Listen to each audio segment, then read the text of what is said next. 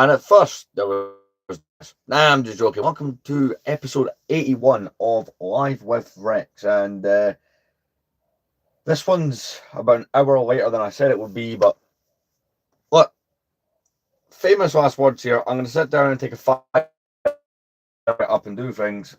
Well, I'm sure you can piece together the rest of what happened very easily.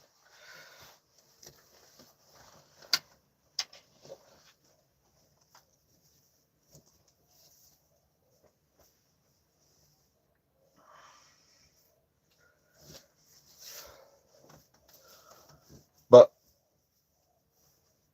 yeah, that was not fun. That happened. I'll just be a second.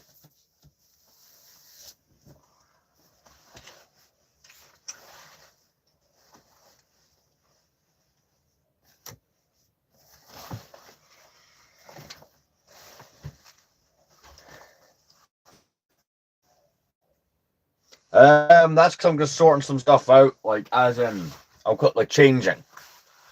So, of course, the camera's flipped, it's pointing at stuff on the shelf, but because it's so up close to those objects, it pretty much just comes up as black. So, yeah, there's that.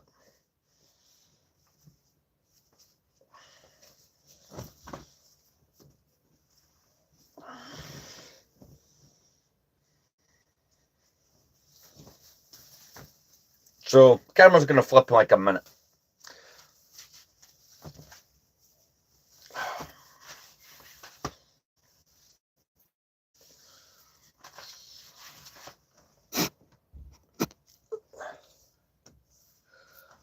The stream where I look like crap. But no. So today's stream, maybe what, an hour? Oh, did you? Just less than an hour. Because I went to go make my 1 million views upload. That did really well. And that live wasn't even announced. So, granted, it is like Monday.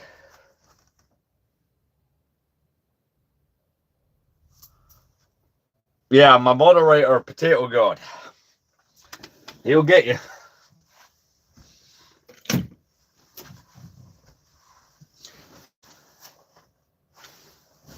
But yeah, I know it's like Monday afternoon, so I don't know.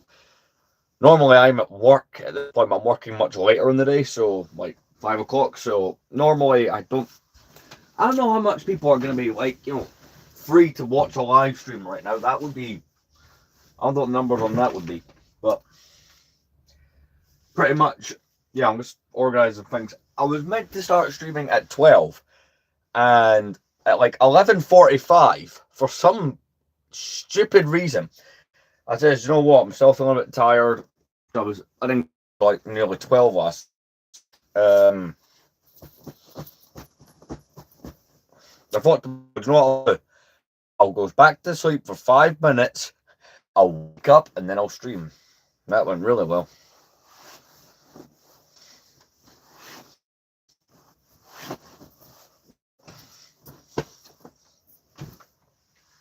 Here's what we're gonna do. I'm gonna go get a drink and whatnot, and then we're gonna start. We're pretty much gonna continue doing stuff with the shelving. So yeah.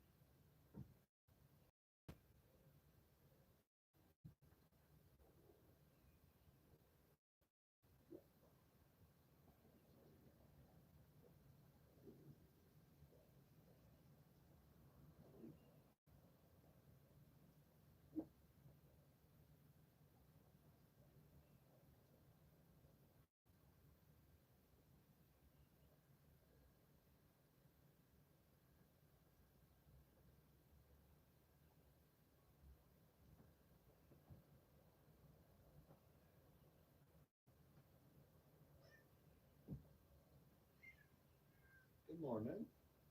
How are you?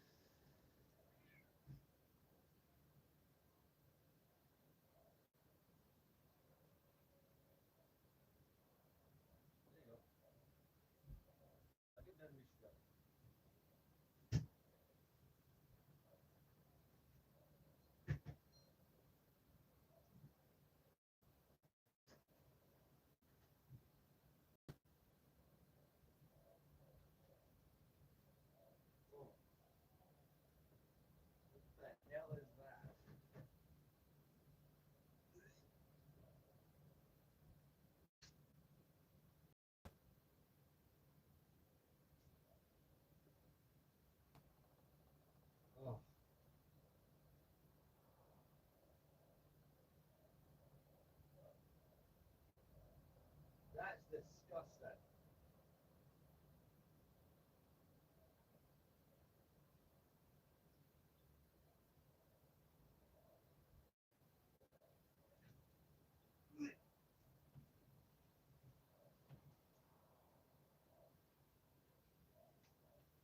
Fuck's sake.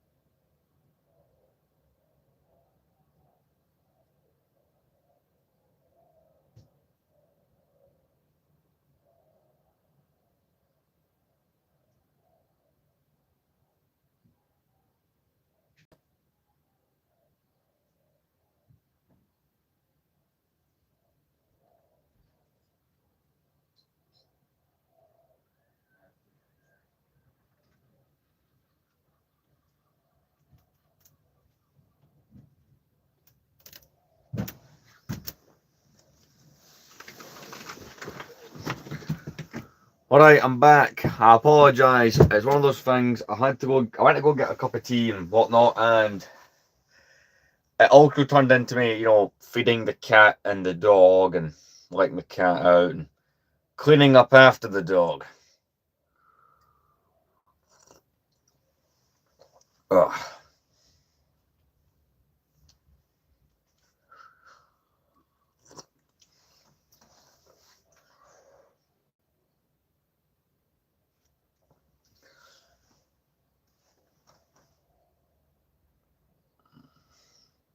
What? The suspense is killing me.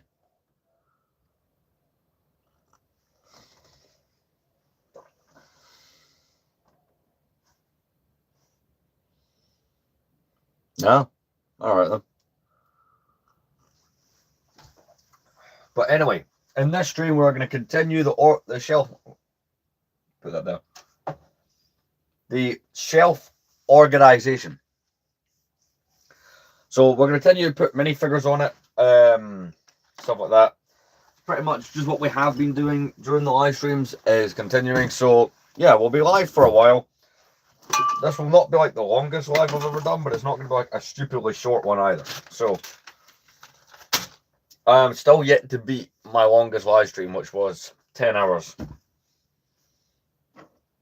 I don't really see there being a reason for me to do that again unless I was to buy like a Lego Death Star and build that and try and attempt to go in one go. Then that would become a possibility.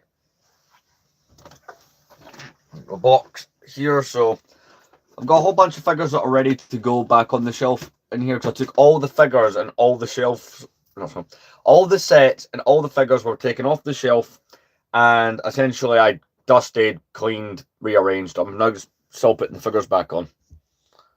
Because I display like I could probably 80%, let's say 70% of my figures on the shelf. Because my clone army I keep in a box. So I suppose that wouldn't count. So these here are all the figures. So when you put a large quantity of minifigures in a box, parts pop off and helmets pop off. So that's all the ones I need to put back together. It's a decently sized bag there. We're not going to be focusing on that right now. But what's in here is ready to go back on the shelf. So we'll focus on that. I'll show off some of the cool ones. I'll be chatting with you guys. I'll shove some background noise on. So the stuff, it'll just be a chilled out live stream. Considering, right, that it's a Monday afternoon, I'll be shocked if we get 100 viewers in this stream. But I do have a goal with this stream. There's a goal of mine. So for the longest while, I was stuck around 2,000 subscribers, right? And since January, it's went from 2004, is how many I had, to up currently. I don't know if anyone in the stream has subscribed yet. I don't get a notification on that one, at least when you're doing this on a mobile. So even I've got the laptop hooked up, I get all sorts of notifications. It's currently at 2,848 subscribers. My goal in this stream is to try and get 5, because I'm trying to get to. Granted, this will not make sense, though, but I'll explain it. In this stream alone, or the next few streams throughout the week, I'm trying to get 5 subscribers per stream.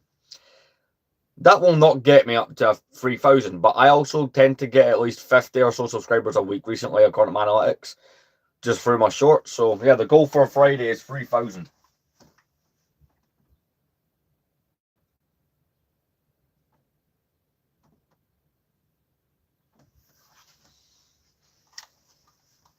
I was at London Bridge Station last. So yeah, that's kind of the goal. So let's see what figures we got to put back on. A couple of helmets I've already popped off again. Got another R2-D2. I tend to the 2008 to 2013 one. I tend to spread those out evenly throughout the whole thing. So this R2-D2, we'll throw them up here. In fact, no. In fact, yeah, because the Clone Wars one is already in the Y-Wing. We've got, what else we got here? Granted, I do need to repair a little bit. We have Luke Skywalker on the Endor bike from 19. The figure's from 99. That Endor bike's on from like 2000 and crap. I've knocked the Scout Trooper over. It's the one from 2009.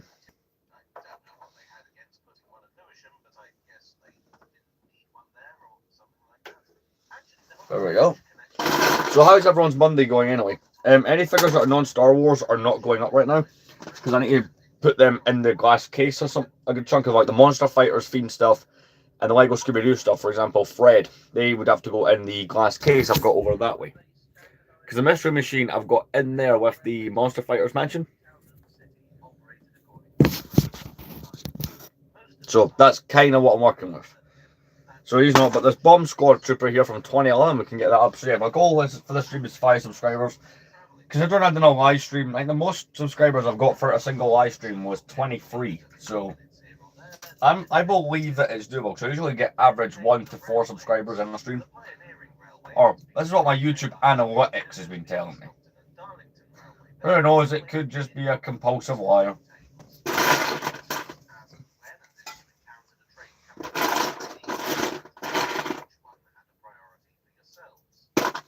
Got a really cool minifigure here, just putting our lights out. No, 1 second. There we go. We got a pretty cool one here. Shaq T from 2011. So she'll go over here in this section where I've got kind of all the Jedi. I'm kind of decided that before we go any further with the figures, I might as well show you what we're in depth look at the shelving and what we're doing with it.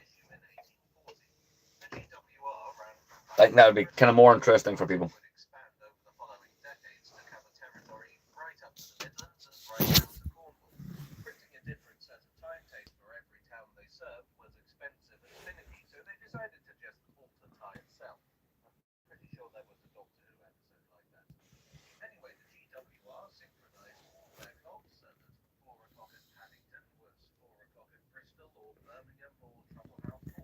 So yeah, we're just adding figures to this at the moment.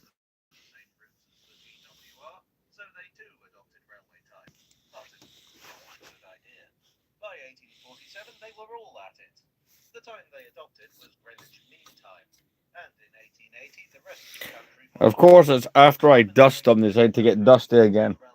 God damn you, dust. It's perhaps slightly ironic that GMT became the standard because in the early days, the chaps at the Royal Observatory. So yeah, that's where we put the Shock T minifigure. So we're just kind of working on this. Like this area is kind of like Clone Wars era Jedi's and stuff. Up there's like all the kind of newer Clone Trooper stuff. This is Tatooine, which is currently a work in progress. Not long after, the London and Greenwich Railway came along. This became London's first commuter railway and was to run from London Bridge to Greenwich. Here's a weird one that I'm going to talk about in this live stream. I need to make a short discussing this because I get this comment a few times a week now. So everyone wonders what the hell is going on with this, right? I'm actually going to pause the background noise for this one. So everyone asks what the deal with this is. So this is the UCS Falcon. But everyone always asks the same comment in relation to this set. Why is the canopy brick built, or the cockpit rather, brick built? Why does it look that way? Why is there no giant grey patches on this set? I keep getting those two questions. Why do I have, original trilogy figures at the base and not the sequels? So I'm going to guess that more people, when they think of the UCS Lego Star Wars Millennium Falcon, are thinking of this, or thinking of the one from 2017 that had the molded piece on it, and it was a cross between both, and, you could modify it to look like the other one, and it came with the other radar dish. That's fair enough. But this, to all those people asking that question, who have asked it in the comments, those shorts repeatedly, this is set 10179. This is the original UCS Falcon from 2007. So people keep asking me if this is a custom model or nothing. Nope, this is an official set. It's just one that not all people would go for, and I get, because this one costs more than the one that's currently out. Not to mention, this one has no interior. The only interior sections you get on this, I don't have a problem with this because it is a UCS set, is you get the boarding ramp underneath, you get the cockpit, which can fit all 4 figures, and see where my hand is in there with the gun turret. You can slightly see that pops off. You can have are in here. We've got these ones over here that need organizing, and they are going on the shelving. So yeah, it's currently what we're working with. So as Paul mentioned, this is the glass case I was referring to. Those sets in there, the white ones anyway, are sealed. That's just a box that I wanted to keep safe, but because it's the oldest box I have in my collection. But these are sealed. We're going to be building these on the stream at some point. Thought I'd throw in some frequently answered questions, which, knowing my luck, the people who keep asking me those questions, chances are they're not watching.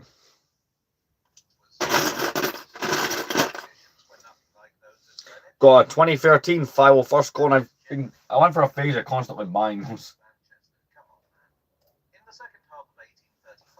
I feel if I've got the phase 2 Rex, you have to build up a little army for them.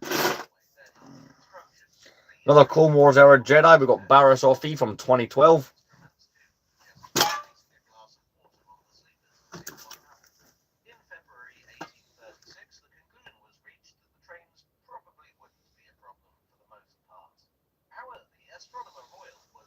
And obviously, once we go through the figures in this box, I will take you back over the shelf and go from there.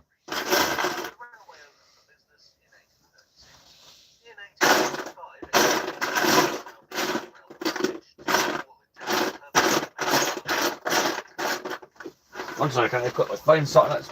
I believe he's dropped his axe. It's. I'm in here anyway.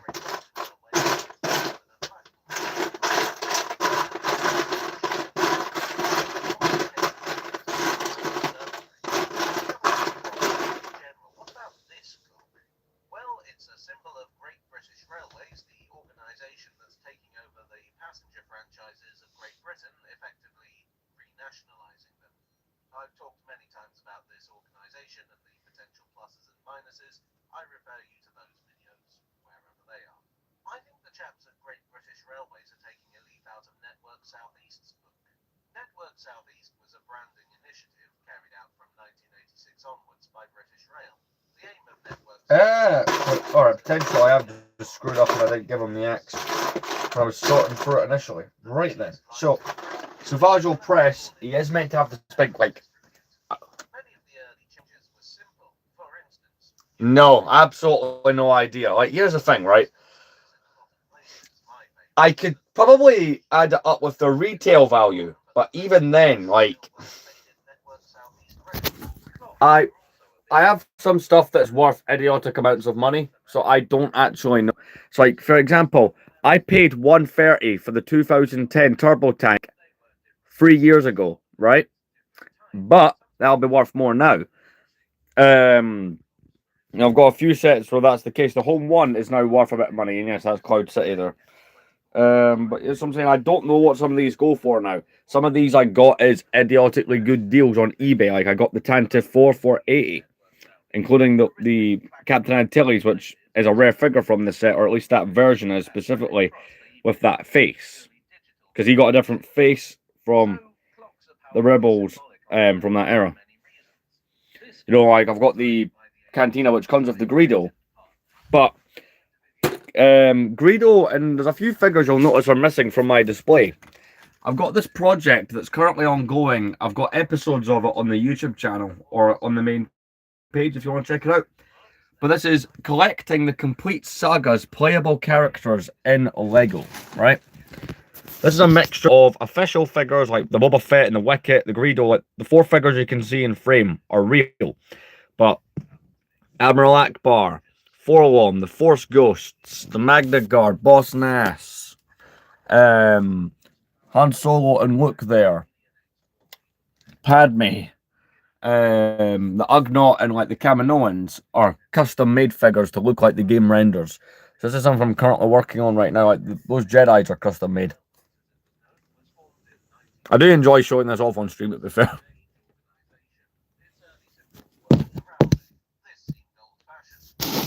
If you have any questions, I'll answer them, but we're just currently in the process of putting some things back on some shelves.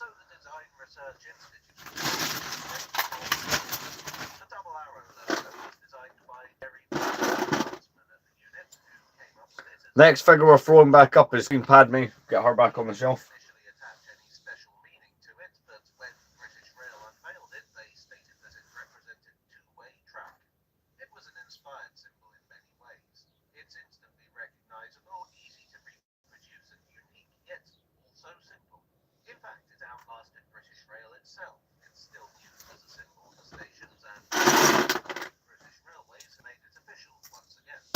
Got burnt up Anakin from 2010. We'll get him back on the shelf.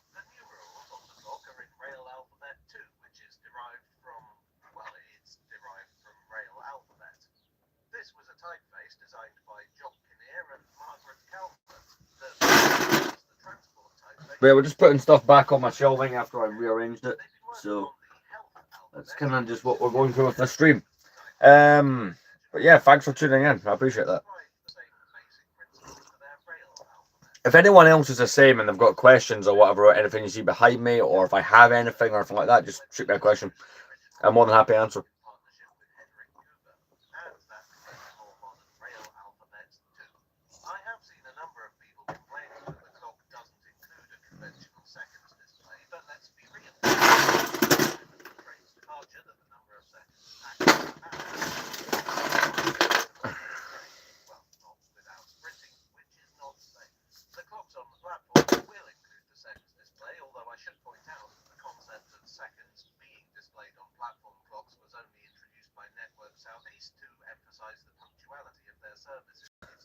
We got the that's a more modern Obi-Wan from Attack of the Clones. He's just gonna go here on his Starfighter.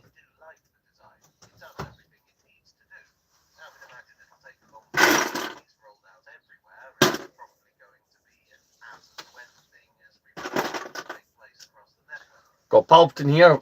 It's 2008 one, but in 2010 they gave him the red lightsaber and chucked him in the shuttle set.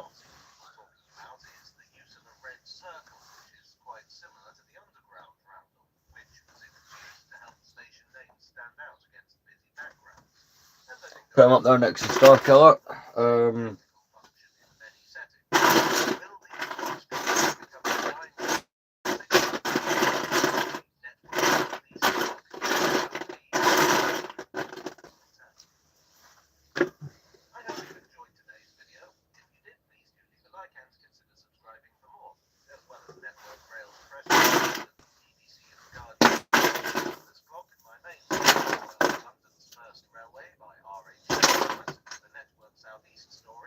We've got 2008 Phase 1 Commander Cody here.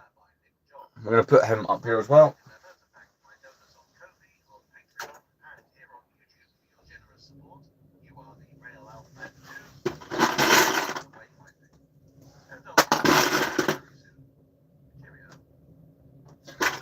Okay, so we had to put one of these on the shelf. In fact, the other one might be in here, so I bought two of these maybe about a year ago. These are custom. They're made by a guy called Tom Builds on Instagram. So these are meant to be, these are basically 2008 Clone Wars clones, but with a catch.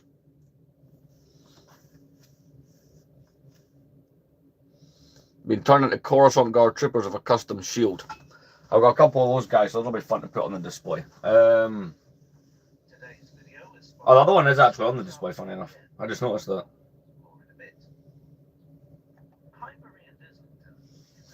I'm going to take the camera up close because those are cool. Those need to be shown off.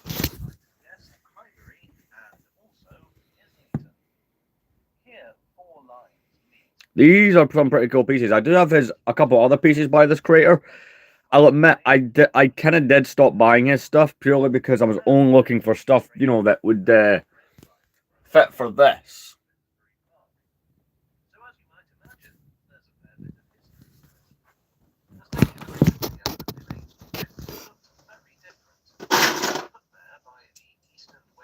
Got a Stormtrooper here. A couple of the other Stormtroopers I've shoved up here.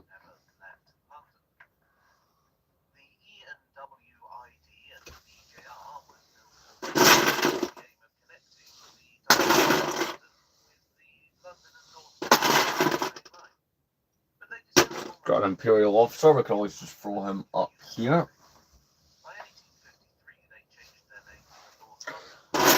Slightly productive. It's cool to stop and show the things up, but also don't want to be productive. We've got Jar Jar Binks. So we'll just put him. Beautiful little kind of Naboo stuff. I don't know why, but I felt the need to give Jar Jar Binks a samurai sword. It just made sense. I mean, do you think Star Wars characters should be given Japanese weapons? Jar Jar Binks. I've got a couple of these guys. I did consider iron build them for a while, but I've stuck to the 4 that you get in the set. The printed leg was from 05. I tend to put these guys in Cloud City as part of that scene.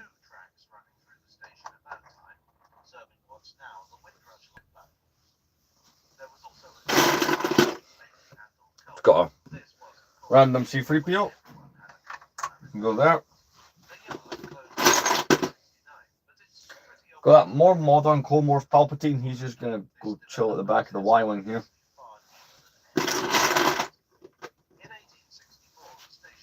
Right, no, I'll have him with the two Coruscant kind of troopers.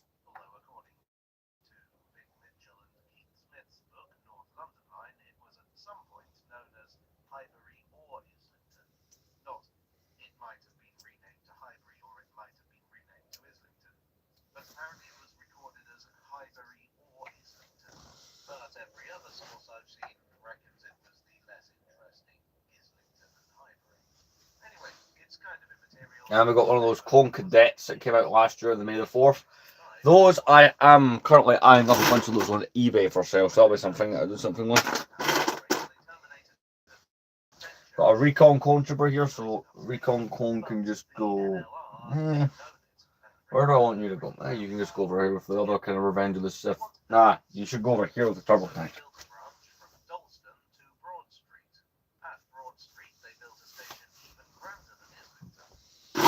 Go. Oh, it's a battle drive pilot. That's the one bit I regret with this display is my separatist section is not really well done. But I don't plan to touch this display for quite a while. In fact, I want to keep this display for at least a month or longer. Try the last one. My vids are sick. Thank you, I appreciate that. I'm planning to try and keep the display that I've got because I really do like how this one is laid out. The only bit I don't like, however, is come over here. My separatist display does go all the way back in there, by the way. You got the malevolence there and stuff like that. It is very, very jammed. I'll admit, the separatists I made a bit of an afterthought on. Because, I mean, look, the Republic gets this giant shelf.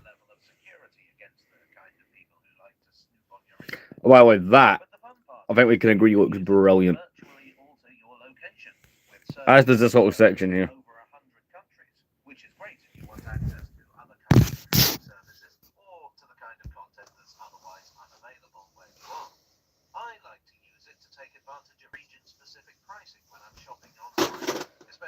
Well, let's continue getting things back on the shelf.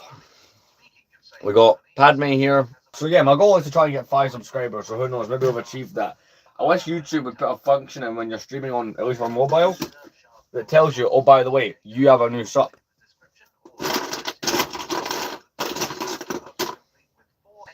Got another C3PO. That is the 3PO from the UCS sail barge.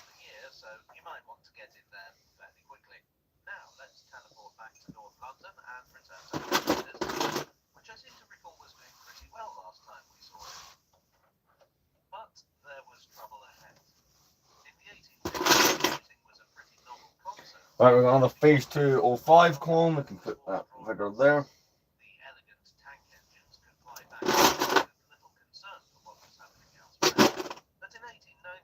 Another one of those guys. That is a clone trooper that for a while I kept trying to buy in bulk, and I did struggle for the longest while. I am a clone army builder, and those ones were so hard to get. The bulk of our clone army, we keep stopping to do things, but the clone army is kept in here.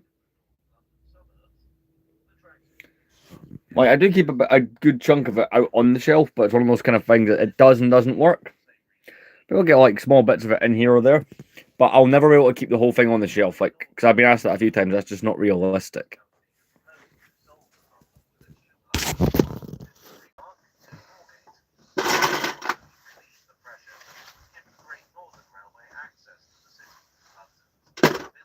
Got a Republic Astromech there. Obi-Wan's. Just go there in front of the Arc 170. Here we have a. I don't know why I didn't do this, and I feel kind of stupid for not doing it. So last year, right, was the 20th anniversary of Revenge of the Sith. Granted, this one is very difficult to see where it does work, but it's hard to show. And it was the 20th anniversary of the light up minifigures, which is probably the best tech thing they've ever put in LEGO. And I was planning to buy the other 4 and do a video on it, and I never did.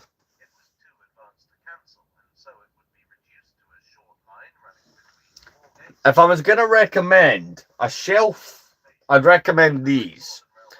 I've tried many different shelves over, like, I've been collecting Lego on and off for basically 18 years. I recommend the Ivars. That's the way I go. IKEA Ivar is the way to go.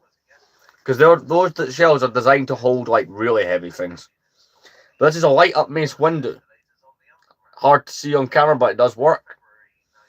I wish I'd picked up the other ones and done a big video on the subject. I thought that would have been... It's a cool idea that I didn't get the opportunity to implement.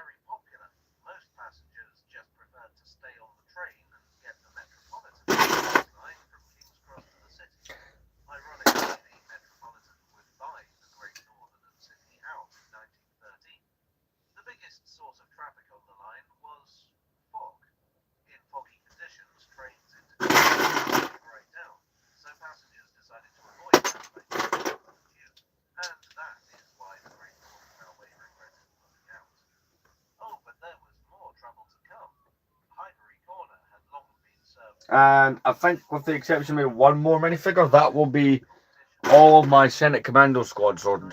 Got Max Rebo. We can put. I need to reorganize the figures for the UCS sailboard, so they're just getting placed next to it. It's not going to be the final place they end up. Han Solo Hoth from 2010.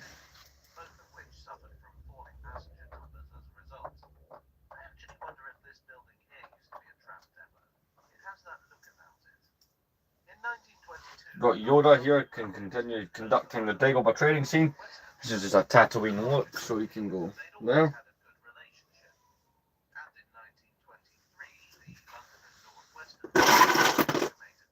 Got another R2-D2 here. That's the one that's got the head turned, so it's the one that I typically will put in the 2012 X-Wing.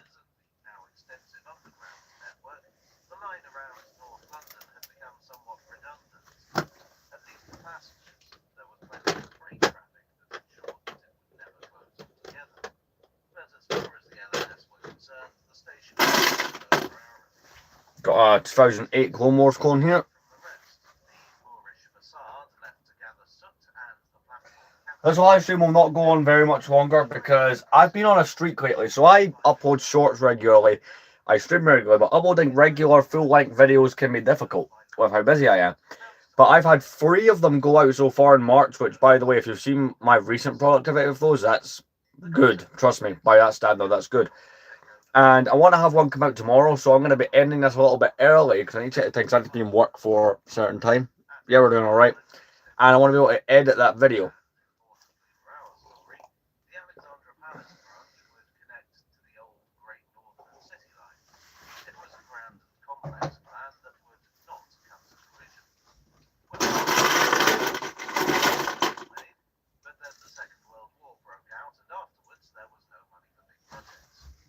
That's salacious, we'll have to go there to fix that stand. But, you know, like, see if you want me to do a video talking about what I think's the best shelving for Lego. If that helps you, I don't mind making that as a video. We've got Nute Gunray from 2009. That's one of those underrated Clone Wars figures, because one of the very few Separatist figures we got that wasn't Grievous and Ventress and Dooku.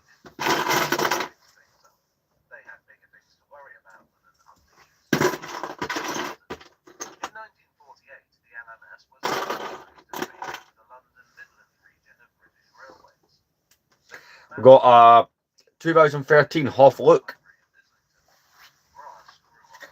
We could go over that an hour. We could make this a bit of a longer one. I could do that. Tell you what, right? I'll put a couple more figures on the shelf. Then I'm going to get something to eat and we'll go from there.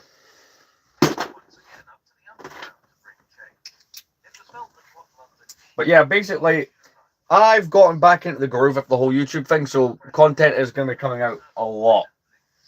I like to film it all at once and then edit it and goes. The problem is I can do the filming. Like, I can sit down for like an hour and a half one day out of my week and just film stuff like in succession. You'll film like 5 videos, for example, right?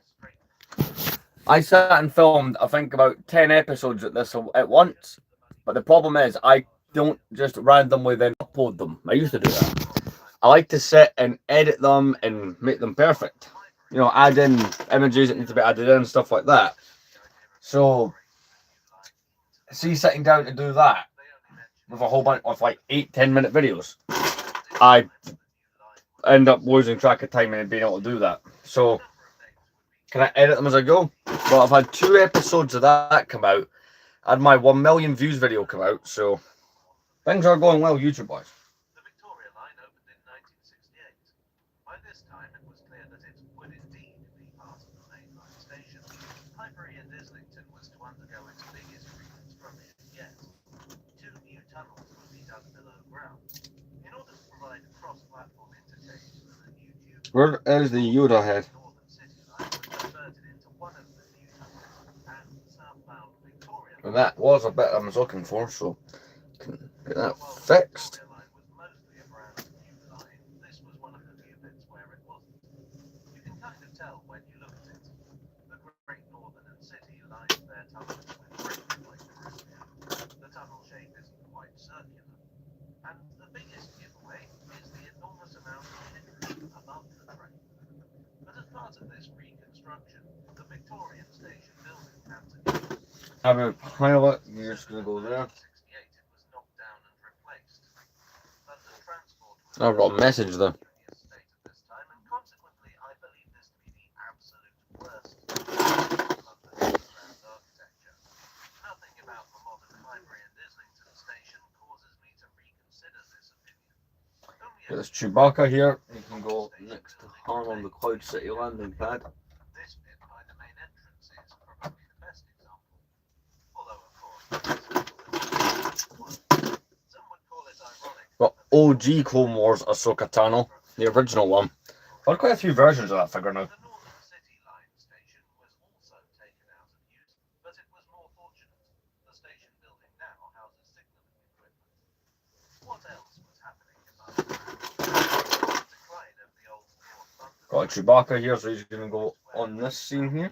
announced its closure in 1963. We got the only character I ever felt the need to buy from Rogue One, and I bought this because I'd been eyeing up. I do find the character funny, but think back 3 years ago when the Andor was coming out and there was talk about it, I went and bought myself the original K2SO before it went up in price. It was one of those figures that I bought and was like, that is an absolute steal.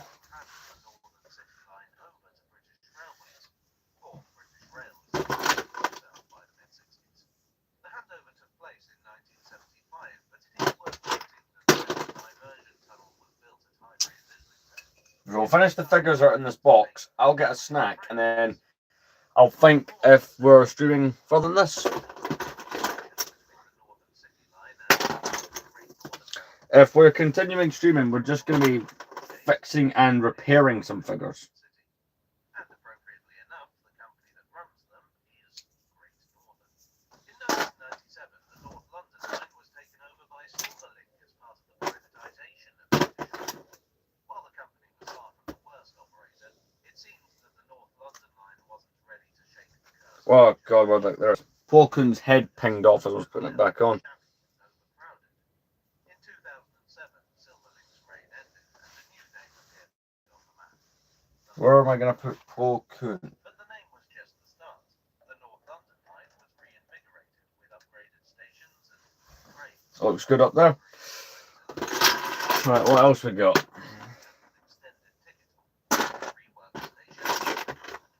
A couple handful of those on Stormtroopers, one of the ones with the classic blasters.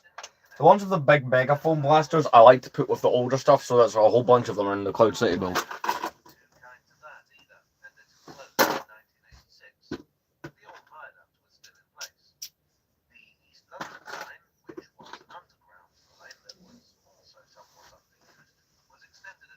So Rebel Fleet Trooper, we can just put that there. One of those more modern clone pilots. That's one of those ones from last year, actually. The old connecting curve was reinstated because, honestly, about 3/4 of rail infrastructure projects seem to be reinstating bits of tracks that somebody else closed. Meanwhile, trains from Crystal Palace and West Croydon would now terminate at platforms 1 and 2. Oh, and we ended up with the curious situation where platforms 7 and 8 are next to platforms 1 and 2.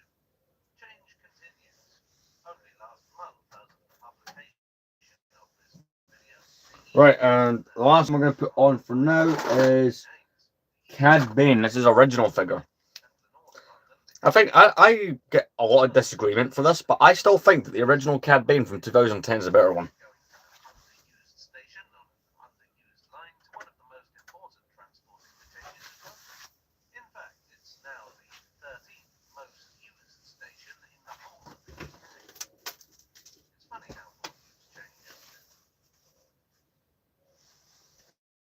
This is a custom. This is Minifig Customs UK. Is it? I believe I made this one.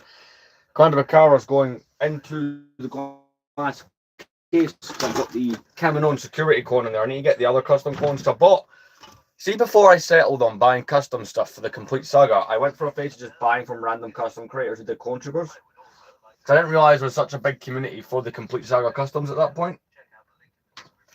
Like, I'd seen like one video back then where someone had the full set and it was done properly, you know, with customs and not just like really crap like modifications to Lego figures, like really well done. Hey, so that's how I kind of got into that. So before I saw like Brick Rebellion stuff and like Fab Labs, I was only really buying custom clones because it was the only thing that really interested me custom as far as customs go. One second, let's try just some wires that stop me from shutting the glass case's door. That's fun. I'm sure we all have opinions on what makes for good public transport, but then there's a level above where a form of public transport becomes part of the city's culture. The London Underground is one example. The New York Is that not closing? The Glasgow subway is a third member of this exclusive club. So I think it's high time I did a video about it. There we go.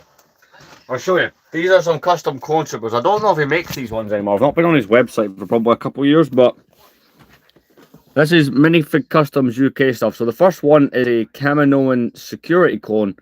The second one's a Commander Bakar, which I actually used in earlier today. So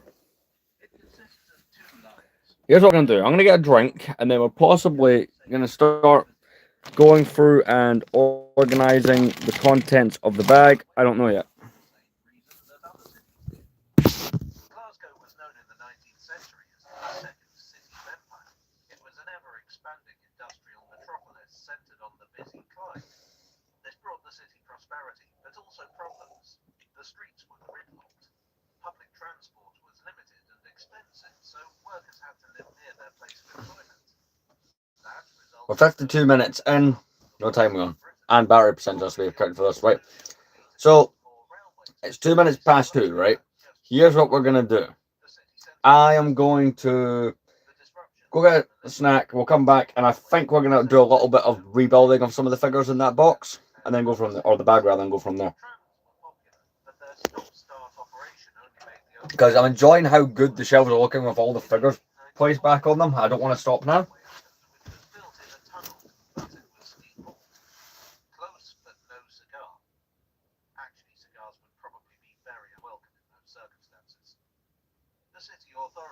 I'll take my cup. I'm gonna make a cup of tea and stuff like that. Show that you come from the UK. Tea. In 1863, the first underground railway in the world, the Metropolitan Railway, opened and was a great success. In 1870, an underground railway called Tower Subway opened. This was a narrow diameter underground railway hauled by a cable constructed entirely within a tunnel. That was something of a flop, but in the mid-1880s, Right, I'll be right back. South London Railway began construction. I'll see you in 1 moment, Potato Man. A railway below the streets, causing minimal disruption, entirely unaffected by the traffic above. A number of proposals were put forward for Glasgow. There were ideas for a single line, for a circular line. There was even an idea for a line featuring driverless trains operated mechanically. Soon the concepts coalesced into something very similar to what we actually got, put forward by the Glasgow District Subway Company. Parliament initially rejected the concept because the fear was that if they had to deepen the river, a very real possibility with the heavy traffic on the Clyde, the subway would get in the way. In 1889, the Glasgow Harbour Tunnel was authorised. and the railway's backers seized their opportunity. They basically copied the tunnel proposal and hired Alexander Simpson, engineer on that project, as a consultant. In 1891, approval was granted and a team was assembled. The line was to be 6.5 miles long with 15 stations. Well, I say 6.5 miles, but ever since the subway opened, distances have been measured in minutes. Not relevant right now. I just thought it was interesting. The tunnels would be dug partly using a tunneling shield and partly using the cut and cover method, where a trench is dug and then covered over. A narrow tunnel diameter of 11 feet was chosen, and the impact of this choice is felt to this day. Digging the tunnel was no easy task. The soil beneath Glasgow is very varied, and that includes clay, sand, sandstone, shale, mud, and hard rock. Much of the soil was saturated with water, so the workings had to be pressurized. 2 men would die as a result of decompression sickness, and several more would be injured. This wasn't the only hazard. Fire broke out twice, on the second occasion killing 2 men. The river broke through the tunnel roof several times, although miraculously nobody seems to have been hurt in those incidents. Unsurprisingly, the project went over budget. Tunnels took different shapes depending on what they were dug through. They were round through soft soil, horseshoe-shaped through rock, and were lined with cast iron, brick, or brick and concrete, as appropriate. As the tunnels were being dug, the question arose of operation. The narrow tunnels meant that the standard track gauge of 4 feet 8.5 inches used on most railways in Britain could not be adopted. Instead, a gauge of 4 feet or 1,219 millimeters, if you prefer. Potato Greg is on the line, but There was the question of Potato God, I've got something else for you. steam locomotives were out of the question. You've seen Potato Greg, right? Relatively primitive, Now, get ready for cable haulage was chosen. a giraffe. Built on Scotland Street that would contain steam engines to wind the cables. This method I'm gonna go get my cup of tea. I want to know what you think of that, Potato God. I'm curious to see where this conversation goes.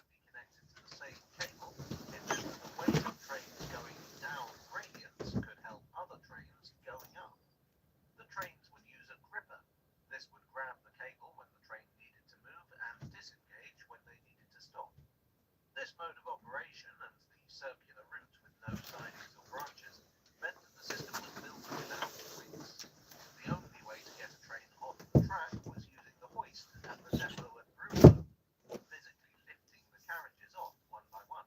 The first trains were designed by company engineer David Morton and built by the Oldbury Carriage and Wagon Company. They had Hey there, how's it going? features. As the stations all had island platforms and the trains only moved in one direction, the carriages featured an elaborate livery on one side and a plain single colour on the other. Passengers entered via gates, which again were only on one side. While the company had rejected electricity for haulage, the carriages were electrically lit, picking up from a pair of wires alongside the train. There were also several four-wheel trailer cars built by Hearst Nelson, upon which smoking was allowed and, according to the book Circles Under the Clyde, spittoons were carried. Half of one of these trailers was preserved at Buchanan Street, but was removed during modernisation and has been scrapped. Greg versus Jiffy. The early stations were quite discreet at street level, often being built into existing tenements. The most notable exception must surely be St. Enoch, which was grand enough to appear in advertising and still exists, albeit having been converted into a coffee shop. Platforms were wooden, the walls were whitewashed, and the corridors were lined with white tiles. All the better to emphasise how much cleaner the subway was than the conventional railways. On the 14th of December 1896, the line was I don't know, right? I have most Republic ships. I've got drop ships, Harkon 7 AV-19, T6, attack shuttle. I've got 2 gunships. I have most of like the vehicles you can think of, but I don't have a Venator. I have a Star Destroyer there, and I'd honestly say the size difference is noticeable between them, but that's the 2011 Super Star Destroyer, and that's the 2006 Star Destroyer there. Once the full complement of trains were in service, the subway offered Clyde would often make 4 journeys a day. To work, back home for lunch, back to work, back home again. Right, so I'm still organising figures. I've decided we are going to go for a bit longer, just because I'm enjoying myself. But yeah, I'm going to put some of the figures back together. 1901, which sped them up substantially. With their more extensive But as I can tell you right network, now, I'm going to be they really reached many of the subway's tired for the passengers. rest of the week, so I'll get a long 1901 stream in saw the while subway staff it's adopt possible. black braiding as part of their uniforms, as a form of mourning for the late Queen Victoria, not for the passengers lost to trams. That was still part of the uniform into the 1970s. The subway cost substantially more to run than the trams. It required considerably more staff with more specialised expertise. No, I can't. I'll show you why. So, he basically has a keychain already put into him. The new one does not. Below the rate of inflation. In desperation, the company approached the Glasgow Corporation about takeover. After fierce negotiations, the corporation offered a knockdown price of £385,000. In March 1922, they closed the whole thing down and reopened it in July that year. The official takeover didn't happen until 1923, which I guess is one of those bits of legal mumbo-jumbo that doesn't make for a very interesting video. The corporation takeover meant a number of things. Firstly, it meant that the line's future was secure, at least for the time being. Secondly, it meant that things could be integrated. Some of the tram routes were reworked so as not Yeah, to I agree with that compete logic. subway. Right, let's get some figures put back together. Modernisation could be considered. Cable haulage had been a selling point when the subway opened, but by the 1920s it was definitely old hat. So in 1932 they began experimenting with the concept of electrification, and in 1935 they carried it out. So there's one thing specifically I'm looking to put back together is the trading card stuff. So that's it.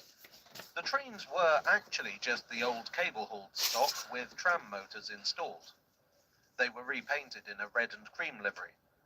At the same time, wooden platforms were replaced due to fire risk, and signalling was modernised.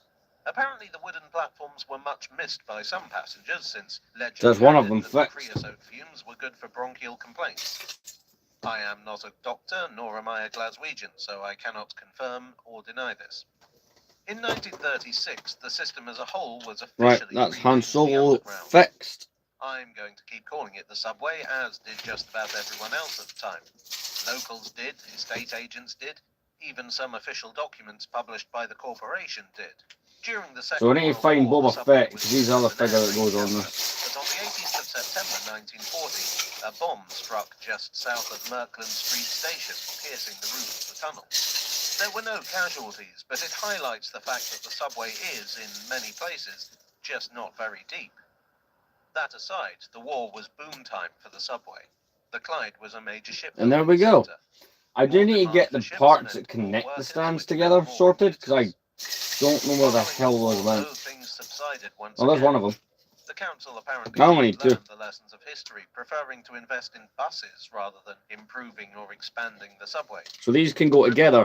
This is one of 4 sets done for Star Wars for this. 1954, all concluded that the subway could be an important asset if it So we should get the other one and received connect Boba investment, Fett. which of course it didn't.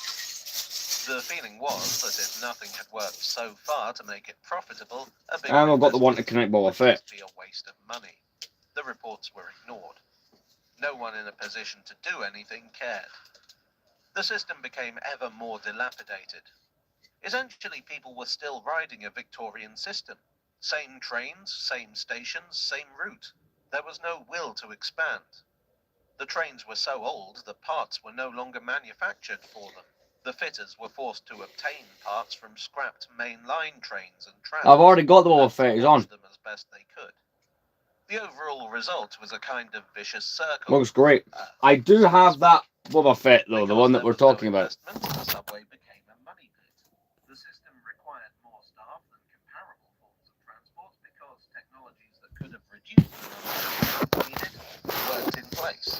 The trains cost a fortune to maintain because they were absolutely ancient. They were corroded and jury-rigged, so of course they broke down a lot. Staff morale was... Let's find the tail for Jabba. Low. All of this made the subway deeply unattractive. attractive to passengers. Well, yeah, we're just essentially just putting stuff back together that Glasgow in the needs second put half back of the together. 20th century was not the same city it had been in the 1890s. Industries were Indeed. closing. People were moving from the inner city to the suburbs. Car ownership rose drastically in the post-war years, and the mainline stations that the subway connected with had been closed. There just wasn't the same level of demand that there had been. Another report in 1970 suggested 3 possible courses of action: continue patching things up, proper modernisation, or just call it a day and close the whole thing down. A report in I'm going to pick a few figures to find the parts for, life expired. In and then we'll go from there. 1973, the Greater Glasgow Public Transport Executive took the city's transport over, including, of course, the subway. They proposed a radical solution: total modernisation. No more painting over the Fair cracks, enough. no more half measures. This was seen as an essential part of regenerating the city. Civic approval for modernisation was given, money was paid out, and in 1977 the subway closed. Again. Well, that is apart from Govan, which had to be closed prematurely due to cracks appearing in the roof. The modernisation programme would involve total rebuilding of the stations, better connections with other forms of transport, new rolling stock, and total renewal of infrastructure. No more hoisting trains off the track. As part of all this, Merkland Street was closed and replaced with Partick. To this day, Merkland Street is the only abandoned station on the line. At surface level, the entrance was roughly where the entrance to Partick is. In 1980, the system Try to fix some of these figures up. We're not going to put them on the shelf in the stream, but I'm just getting them, you know, ready. No longer being island platforms. So we've got CC10, the Colmore's version. He is fixed. Oldbury had long since been taken over by Metro Camel, who supplied the new trains to a bespoke design. Originally, this was a joint Got an Old Republic Sith Trooper fixed. the Glasgow School of Art, and Noel Herring Associates. That Han Solo's fine to go on. The system had significant constraints in terms of This tunnel Endor size Rebel, and track he can curves. go on. Nevertheless, the trains They'll go in the were box and we'll faster, deal with those in a more future comfortable, stream. and more visually appealing. I've heard of trains being designed for strength, speed, and durability, but I've never heard of a train being designed for cuteness before. The trains also operate automatically, although the drivers are still required to set everything in motion. And for safety reasons, of course. Also, if you're a YouTuber standing there waiting to get a shot of the train leaving, they will point out the exit to you in case you're confused. The trains were mostly painted. But yeah, we're not going to fix every single figure I've got here right now. Part of the design brief being to Uh, that could be seen as I'm endorsing in work local till football 10, and then I'm up in the morning at 6. So don't count on it.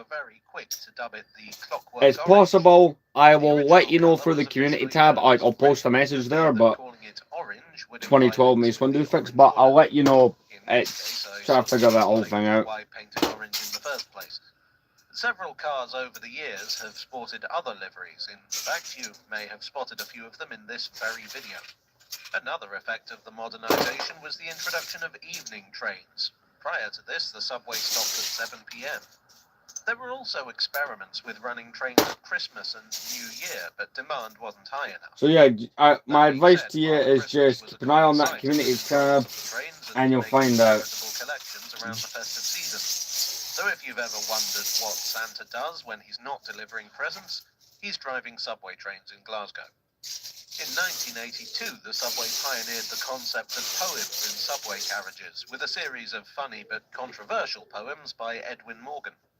The transport executive did not see the funny side and explained that the poems were an inaccurate portrayal of the subway.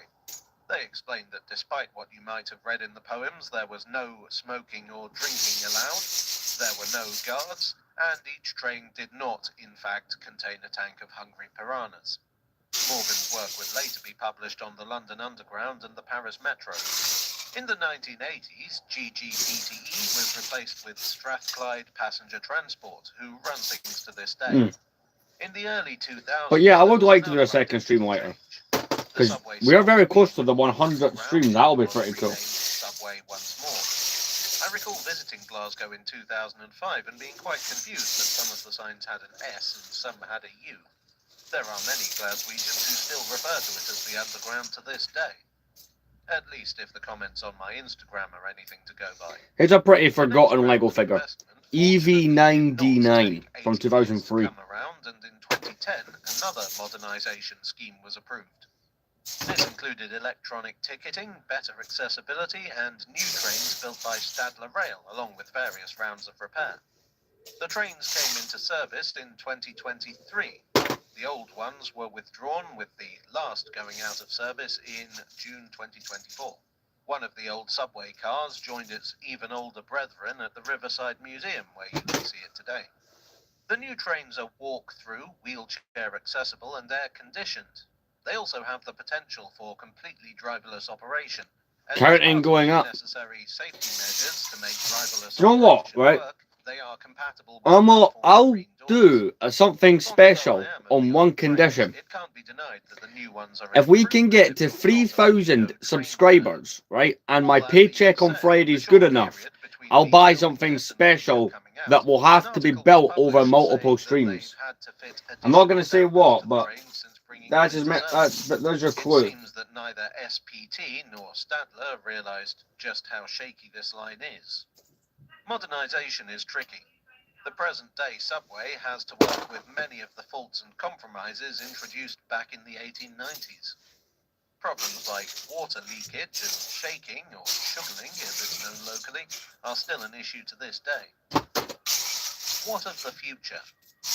Environmental and traffic concerns have once again swung the pendulum of public opinion back in the direction of public transport. Every so often there will be talk of expanding the network. In 2007, Strathclyde Passenger Transport conducted a survey and produced yet another report, this one in favour of extension. Conversely, in 2013, Peter White of the University of Westminster argued for its closure as a relatively low-usage system. At present, though, the favoured I do occasionally sell stuff, but I don't sell it this way. Like, I only sell Lego if it's something I've not got built. For example, I had a lot of the original Lego Ninjago stuff, right, that I ended up selling quite recently because I didn't have the space for it, right? Like, I was kind of out of space for the stuff, so I guess I ended up selling it. But I don't sell it like publicly or that on eBay or anything like that. I just can't be bothered with the hassle that would come with that. It may not be perfect, but it's a little part of Glasgow's heritage. Well, I do hope you enjoyed this story from the subway. As you may have gathered from the footage, it took quite a long time to make. In fact, I started making it back in 2020. Yeah, pretty like Stormtrooper Whilst I fix. enjoyed filming it, I have to say I really like the subway. I mean, I'm not a regular commuter, but as a tourist, I thought it was fantastic. I know the subway has its fans, and I hope I didn't disappoint you guys. If you liked this video, please do click the like button and subscribe for more. Thanks as ever to my donors on Ko-fi and Patreon, as well as here on YouTube. You are the sugar to my seat. And I'll see you all again very soon. Cheerio. Gotta find an antenna piece for this minifigure.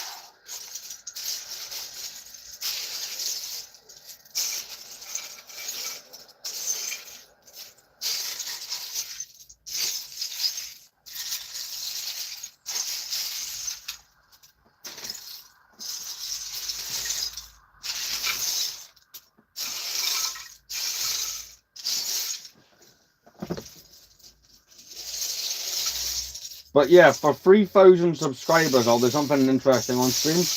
And the fact that we're getting, like the last couple of weeks, I've been getting consistently at least 70 subscribers. It's going to happen soon. In fact, I would not be surprised if I was even able to get a few throughout the stream or a few throughout the shorts that I've uploaded today. It feels like I'd be remiss if I didn't talk about the station serving it, because it's quite an interesting one. You see the shape of the station building? Well, it's like that for a very curious historical reason. You see, Wapping Station did not start out as a station. Right, I can't find one specifically right now, but I do know where some are, so I'll put that figure like to the side for now.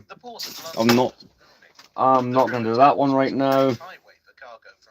2012 Sand Trooper I will do right now because all I need to do is find a backpack, and I know where that. Yet ironically, There'll be a couple of them through here. You can't really. It's not something you can particularly miss. From East London to Southeast London. The ships, the very thing that brought prosperity to the docks, also created a great moving barrier. The bridge furthest east was London Bridge, which was in the centre of town, always congested and quite a hike from the East End. But building a bridge actually in the Docklands was impossible, because it would have to be impractically tall to clear the masts of ships. The obvious solution was build a tunnel. Here's a snow trooper, Well, which it's I easy can to say easily build fix a as I tunnel, go because those helmets stick out. actually do it. The riverbed was muddy, silty, and very polluted. Far too sloppy to hold a tunnel. Do you know what it is, right? I've been on YouTube for 11 years. It took me 8 years to get 1,000 subscribers, right? And about a year or so after that, a year and a half, I managed to get to 2,000. Even Richard Trevithick, inventor of the steam train and a man with extensive experience of building mining tunnels under the sea. In January, I had 2003 or 2004 subscribers. I'm nearly at 3,000 now. So things are growing. In fact, I made a video yesterday thanking you all for, if you add up all the videos across the channel, it's now over 1 million views. Who had fled the revolution and settled in Britain. Francis loss was very much Britain's gain, because he went on to work for the Royal Navy inventing machinery for mass production of pulley clocks, which doesn't sound very exciting but was incredibly important to the war effort. However, he's probably most famous for an invention he patented in 1818. While working for the Navy, Looking for some of the stuff we need. This has a head protected by a pair of shells that dig into the There we go. Found the backpack for that Stormtrooper or Sand Trooper. So here's the deal, right? I'll stay alive for a bit longer, right? So there's video on that's in the background. How long's that got left? However long that has left will determine the continuing length of the stream. So we got like another 14 minutes. It's like an hour and a half long stream. It's a simple idea, but it would revolutionize tunneling. The same basic concept is still in use today, albeit much more sophisticated. It took decades to get from Rotherhithe to Wapping under the Thames, but fortunately Ventress, alright. That should be easy enough, because our lightsabers do stand out quite well. That's why I'm glad that today's video is sponsored by Sailor. Watch me not be able to find these now. Now that I've said those words. Roaming charges or relying on public Wi-Fi when you need to get online. Well, I don't know, I suppose being buried alive is worse, but those other things are also pretty annoying. That's where Saily comes in. Saily uses your phone's... I'll continue to put you together when I find the parts. You're going out. That is my Wolfpack clone trooper, right? It works on any phone that has an eSIM phone. I do need to find his helmet, but that's a figure I've been wanting to put back on my shelf for a while. You're going in the bag. I'm not going to put you back together right now. Once you reach your destination. There are over 200 destinations served and multiple data plans to suit you, including regional or global plans if you're a jet. Even better, viewers of this channel can get 15% off their data plans. Just enter the code JAGO at checkout, or use the link in the description below, or this QR code. If only digging a tunnel. Got some more of my custom clone troopers that I got a few years back fixed. That'll be good because it means I can put them in the display case of the other customs. You're going in the bag, I'll deal with you later. You're easy enough, so I'll keep you out and do that one. The Admiralty had been slow about paying him for his inventions. In fact, Brunel was very seriously considering moving to Russia, since it looked like the Tsar might show a bit more gratitude than the king. No less a figure than the Duke of Wellington intervened. So before I was in 2023, I started a YouTube series called Collecting Every Lego Clone Trooper, which got its finale in 2024. Granted, it's now 2 years out of date. In a couple of years, I'll make an updated version with more clones. But before then, I was not willing to pay the money for Phase 2 Captain Rex, who's like a £200 figure, which I do have him. He's now up on the shelf. But back then, I actually ended up buying this from Minifig Customs UK, which, real enough, looks better than the one we did get from Lego later that same year. Received royal assent in 1824. And in 1825, the first working shaft was sunk at Rotherhithe. I'll deal with you later. Well, as I say, it's easy Yeah. to talk about building a tunnel. The dig was slow and dangerous. Sickness was rife among the workforce, arising from the pollution around them. Brunel's 20-year-old son, Isambard Kingdom, was brought in to supervise construction after the original supervisor fell ill. The tunnel Old flooded Republic twice, Sith Trooper the second fixed, but time no. nearly killing young Isambard If and the bringing money fault. matches up, Construction right, resumed in and this is a big 1836. if, right, I'm only going to say it here on stream, Joke. but And if I'd love to things say match that up it the was way that I want completed them to, Brunel or the way that I left hope it with will, egg on their faces, I want but to purchase a set that I sold a couple of years back. I ended up selling because I was moving, and at the time I didn't realise I'd be able to fit it in here, which I would very easily be able to do now. But at the time, that didn't seem obvious to me. The set is 10188 Death Star from 2008. I mean, I've got most other iconic Star Wars things. I think I need a Death Star now. So did petty criminals of various descriptions. But without vehicle traffic, it had no long-term future. Well, not as a pedestrian tunnel. See, in the I just need to find a red lightsaber blade. No, there's one. And Ventress is good to go. A network of railways had sprung up all over London. 6 of the railway companies saw an opportunity. And by the way, The tunnel I've was built that Death Star, so I built know with exactly Britain. that it will take a long time to build on stream. Brighton and So South think of it Coast Railway, as the constant Metropolitan content would be Railway, coming out. District Railway, the London Chatham and Keep in mind, when I Dover bought my Railway, original the South copy Western in Railway, 2022, and that was a Great used Eastern Railway. set. They must have been pretty certain I of that don't, investment, depending on the because money, I South might East spring for a London sealed Chatham copy of the Coast set. I and don't know yet. London I've not figured that South out. Coast were rivals, and so too were the Metropolitan and the Metropolitan District. Nevertheless, they formed a new company called the East London Railway and bought the tunnel out in 1865 for £200,000, a fraction of what it had cost to build.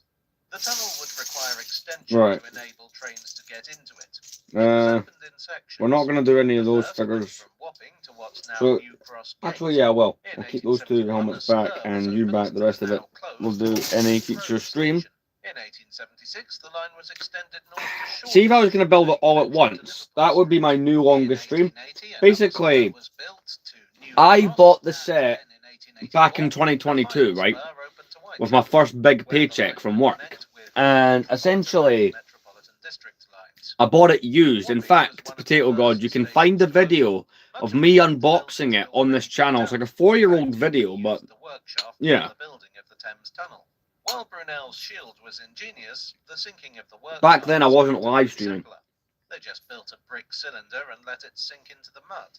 The other And shaft at Rotherhithe is now part of the Brunel Museum. I think it took me nearly two. Building the Keep in mind, actual right? station was a complicated At the time, process. on and The off, company going to didn't work want to spend and going to more money than college, they had to. it The took tunnel me was widened roughly a 2 little weeks to to provide build, but platform. that was with The work and college at ventilation shaft once. was sunk above the So northern probably end take me of the about 2 weeks to build now. retaining walls were built, held up by counterforts and these metal struts you can see crossing the ventilation shaft. The builders were, however, able to recycle the original 1843 spiral staircase.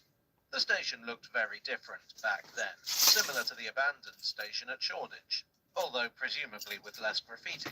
It was named Wapping and Shadwell.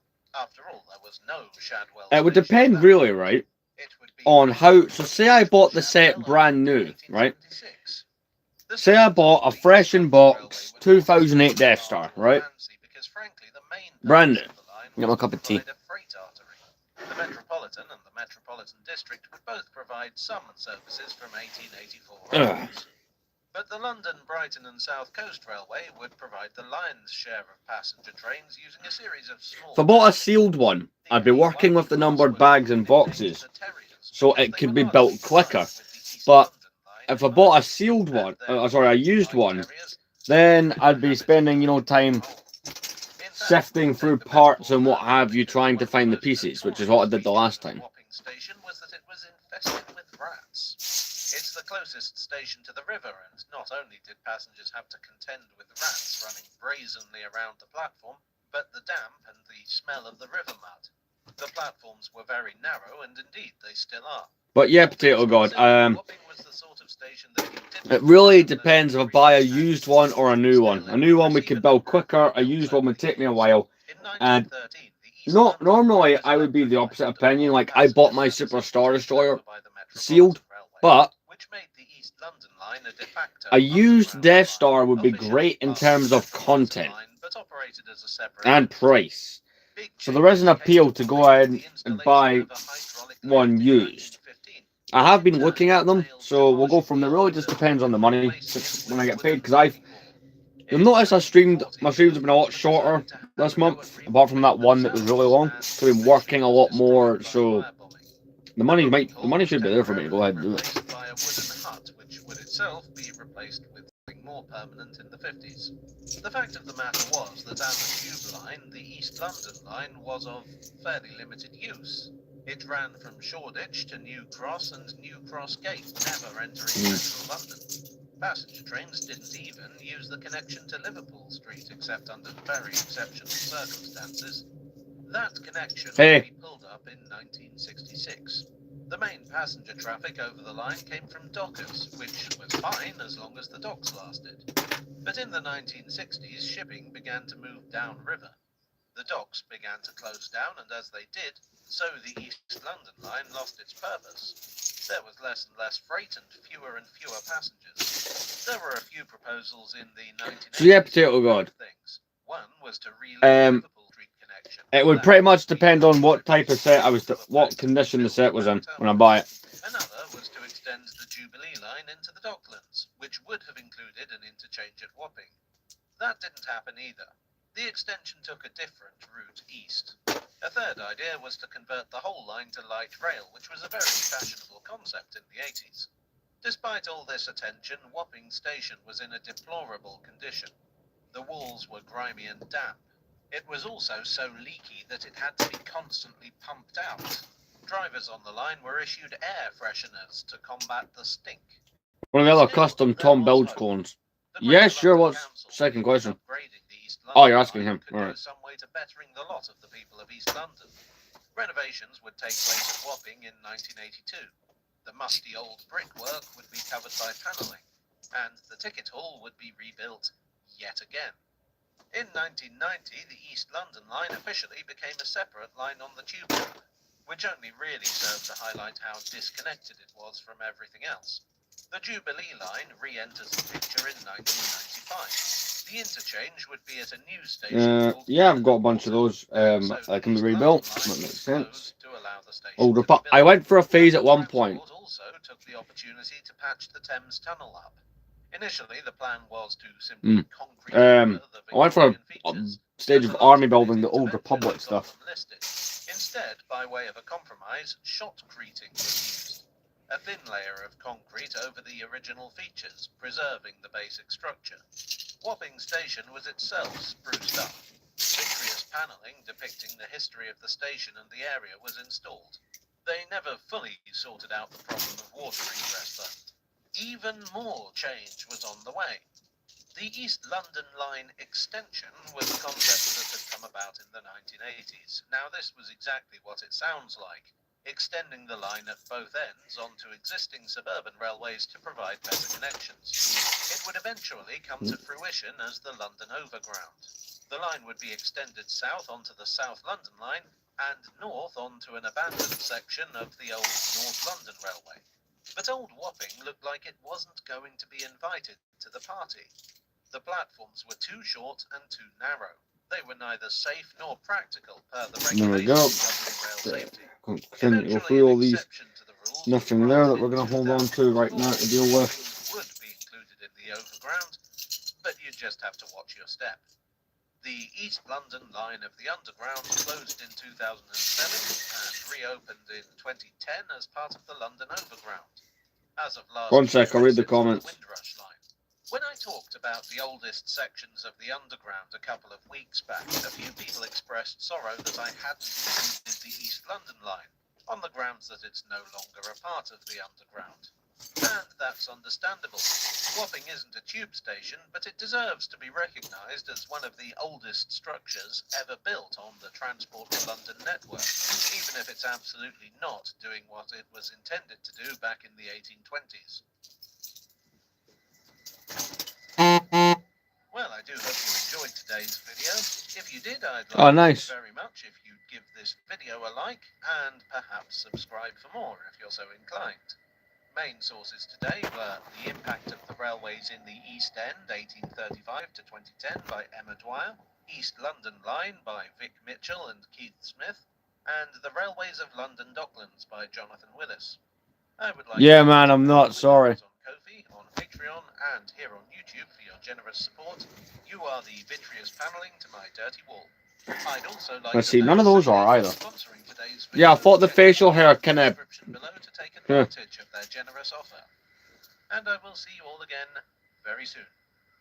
Cheerio. mashup. Fang fight. Oh, that. Is that a good set or is it not arrived yet? Because I never bothered to buy that when the set was out.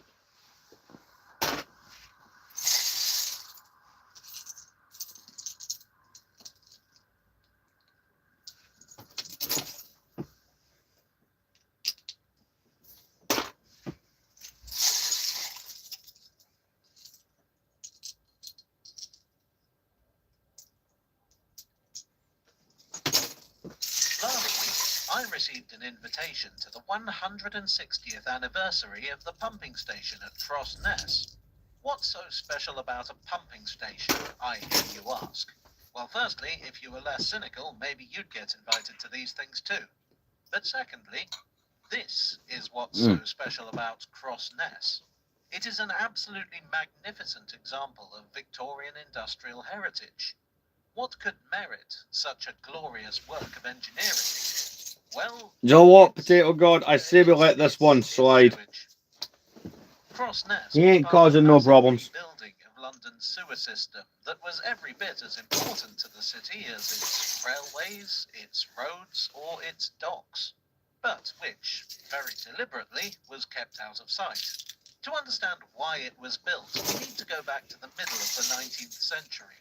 In the 1840s, the prevailing theory of disease was something known as miasma theory. The idea was that decaying matter released miasma, foul air that people breathed in, Oh, which no. caused disease. Rap, I'm letting put all that in with the good stuff. Things that smelled bad made you ill. A Dr. John Snow, based in London's Soho, was more sceptical. He had a great deal of experience in treating cholera and believed that what he saw was inconsistent with miasma theory. In 1849, following an epidemic of the disease, he published a paper titled There we On go, the Mode of salvaged. Communication of Cholera. This proposed that it was transmitted Let's see, none of those are going to be any good to us. Just 5 years Okay, I'm looking for a later, select few another items. cholera epidemic would break out in Put the Soho, bag together right and now. this would give him an opportunity to Right, the examine Wolfpack his Clone theories Trooper even is further. sorted. We finally With the help found of its helmet. local priest Henry Whitehead, he mapped out every case. A picture emerged, in a literal sense. Every single person who'd got ill had drunk water from the pump on Broad Street. In response, the parish council... That's pretty. That sounds pretty promising. What had happened was that a baby had contracted the disease, and their nappies were thrown into a cesspit, which had leaked into the water and thus spread to the entire parish. The medical establishment remained sceptical of Snow's findings. Firstly, because the scientific community didn't much like having their long-held beliefs overturned. Secondly, because Dr. Snow was seen as something of an eccentric, being teetotal, vegetarian, and socially awkward. And thirdly, because the idea that people were drinking poo was just icky. Nevertheless, Snow's findings were part of a wider campaign against the state of water in London that had been going on for some time. The Industrial Revolution had caused the city to expand massively, yet the sewers were basically medieval. Many were simply streams and rivers. Others were inadequate drains designed for surface water. There were neither standards nor consistency. That is, where there were drains at all. For many people, waste was dumped into a cesspit behind the house that was collected by the night soil men. Conditions became worse and worse, especially for the poor. Crowded slums were the incubators of epidemics. Edwin Chadwick, a lawyer and secretary to the Poor Law Commission, was an advocate of miasma theory. But nevertheless, Fix he could that see Old that Republic there was a Trooper. connection We are getting between through a the good chunk of it. visual Like, there's still a lot to do. and disease. He described the system of waste disposal as a vast monument of defective administration, of lavish expenditure, and extremely defective execution. Ironically, his solution would make things worse. The eventual outcome Wow. was the passing of the Cholera Act and the formation of the Potato-related Metropolitan politics. Sewers Commission in 1848. The act demanded that all houses in London be connected to the Yeah, I sewers. don't think anyone can clone Potato God. I think that's I don't think that's doable. All the sewer companies under a single authority. We don't have the As a technology. result of these measures, a larger amount of sewage than ever before was flushed into the Thames, the same Thames that many of the water suppliers drew from, with the result that cholera afflicted not only the poor, but anyone who drank Thames water. In 1849, as Dr. Snow was working on his theories, an engineer named Joseph Bazalgette was hired by the Metropolitan Sewers Commission. Bazalgette's background was actually more in railways, and he was recommended by both Robert Stevenson and Isambard Kingdom Brunel. Unfortunately for Bazalgette, the one thing more snarled up than the sewers was the bureaucracy surrounding the commission. A second commission was set up, and a third, and a fourth. In 1852, following the death of his superior, What Lego sets do I have? related to stress, Bazalgette found himself promoted. I have most Legos, so I have a good chunk of them. But he had no more success than any of his predecessors. Meanwhile, an invention that was increasing in popularity was putting further strain on the existing infrastructure. At the Great Exhibition of 1801, the new water closet had been a popular exhibit, with the result that many houses in the 1850s were getting flush toilets installed. The medieval sewers were not designed for the quantity of fluid discharged by these devices, and it became clear that what provided relief for many would cause further discomfort to the Commission. In 1855, the Metropolis Management Act was passed. I just realised it went on a bit longer than I planned on being live. What time are we on? That's probably the best question. Chief engineer. The Board of Works took charge of matters related to I've been collecting for over a decade. Yeah, it's been live for a little bit. Out of the time zone, I said. Sewers. Finally, Bazalgette could get to work on what many would consider to be his greatest achievement. Bazalgette took just 12 weeks to come up with a solution. It was simple and elegant. He would construct a network of intercepting sewers running across the existing network. Where sewage had once run into the Thames, now it would run into the new sewers. Two massive pumping stations would be built to the east of London, Abbey Mills on the north bank and Cross Ness on the south bank. These were part of a network of pumping stations that would use powerful steam engines to slurp the sewage out of the city and spit it into the Thames outside the city. I've been collecting and I've been on YouTube for over a decade. It's yeah, I have people who don't come in and most of my collection is retro. Discharged into the Thames within the bounds of the metropolis. Abbey Mills and Cross Ness were, just about, within those bounds, except the government weren't willing to pay for the outflows to be positioned further downstream. Once again, bureaucracy had prevented action from being taken. The Lancet, the medical journal, warned of the risks of inaction. The scientist Michael Faraday carried out an experiment that determined the water was so polluted that it was opaque beyond the depth of a single inch. So, how do you get the government to act in such situations? You make it their problem. And that's exactly what happened in 1858. In June of that year, London was hit by a heat wave. More pertinently, the river was hit by it. This was the Great Stink. The Palace of Westminster, located next to the river, was severely afflicted. The stench brought government to a halt as members of Parliament fled from the nauseating fumes. Remember that as far as anyone knew, smell was not only... I've heard good things about that Star Destroyer. I don't own it. I've got the 2006 one, but I've heard a lot of good things about that Star Destroyer you've got. Were hung in the windows in the hope of mitigating the smell, but to no avail. The government blamed the Board of Works, who, in turn, blamed the government. The city press observed that the discourse stank almost as much as the river. Others were perversely hopeful that the situation would worsen to the point where the government would have no choice but to take action, regardless of expense or culpability. Upon hearing that MPs were being driven from their offices with handkerchiefs over their faces, The Times commented, "We are heartily glad of it." In the face of such noisome opposition, the Metropolis Local Management Amendment Act was introduced on the 15th of July and passed on the 2nd of August. The significant difference between this and the original act was That's some cool simply stuff you got that there, the man. sewage had to be discharged as far as may be practical from the main metropolis. This simple change of wording meant that Bazalgette's original plan could be put into action. Bazalgette was back in the chair and set to work. The work was one of the greatest in terms of both scope and size ever conducted in the city.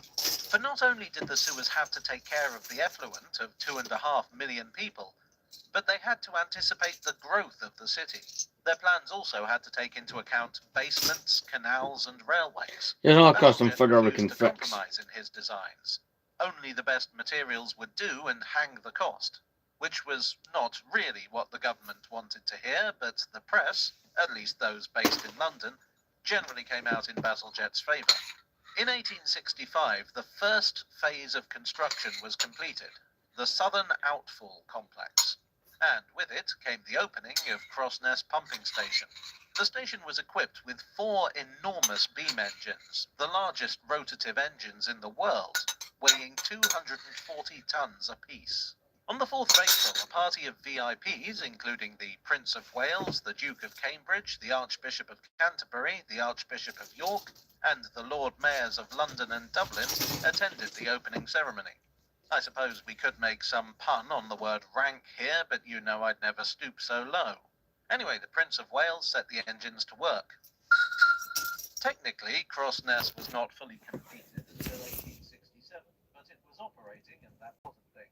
The southern network was only part of the system. There was still done. Abbey Mills opened in 1868, although with rather less pomp and circumstance. In 1870, the Thames embankments were Are you opened, two which still are now a talking about major that? part of the central London landscape. Are we still But using great potatoes as a dirty form? for the intercepting sewers. It wasn't until the completion of the Western area in 1875 that London would have its new modern Right. future-proof sewer system. Yeah, I'm that not would looking for any no doubt more be of them. the I'm kind of envy done the with world that. if it weren't for the fact that people don't like to think about sewers. But we're here to talk about Yeah, because that'll take me a Crossness, while or, to to figure use out. its official title, Yeah. the Southern Outfall Works. To be honest, I just sort of got carried away there talking about sewage, as one does. If you tried to build Crossness Pumping Station now, you'd probably be accused of wasting All right, money, whatever. because the thing is so unnecessarily elaborate. The mechanical aspects were the work of Bazalgette. The architect was Charles Henry Driver, and the builder was William Webster. While the engines were designed by Bazalgette, they were built by James Watt and Co. There are 4 engines: Prince Consort, Right, that's all of it Victoria, sorted. Albert So, Edward, and Alexandra. well, everything that I'm History going to does sort not for this record live how stream anyway, those but august personages felt about having the world's yeah. So, largest sewage plant depending on Although many the Queen factors, like I herself said earlier, ducked I out of might the opening do it one of the later. I Victoria don't know. Embankment because she said the heat would give her a headache. The engine you see working is Prince Consort. Well, it'll be interesting if I hit that 2003. goal that I What's set now an myself exhibition hall was once the boiler room, full of earlier in the coal-fired stream. boilers supplied by rail. East of London was a popular place to put things that people All right. really wanted in the Okay, city. I'm stepping in. You know, you can't just ban him over that. Like, I'm stepping in here. Sewage outfalls, most obviously, but Crossness was next to lands owned by the Royal Arsenal. There was once an extensive network of railways serving the industries But east of the metropolis. anyway, The Royal Arsenal narrowed so this is where we're at in terms of things. The shelves are all looking all placing down there. the Octagon here is very much the money shot. So I'll be live again, possibly later. The community tabs where you'll find the answer to that question. See you later.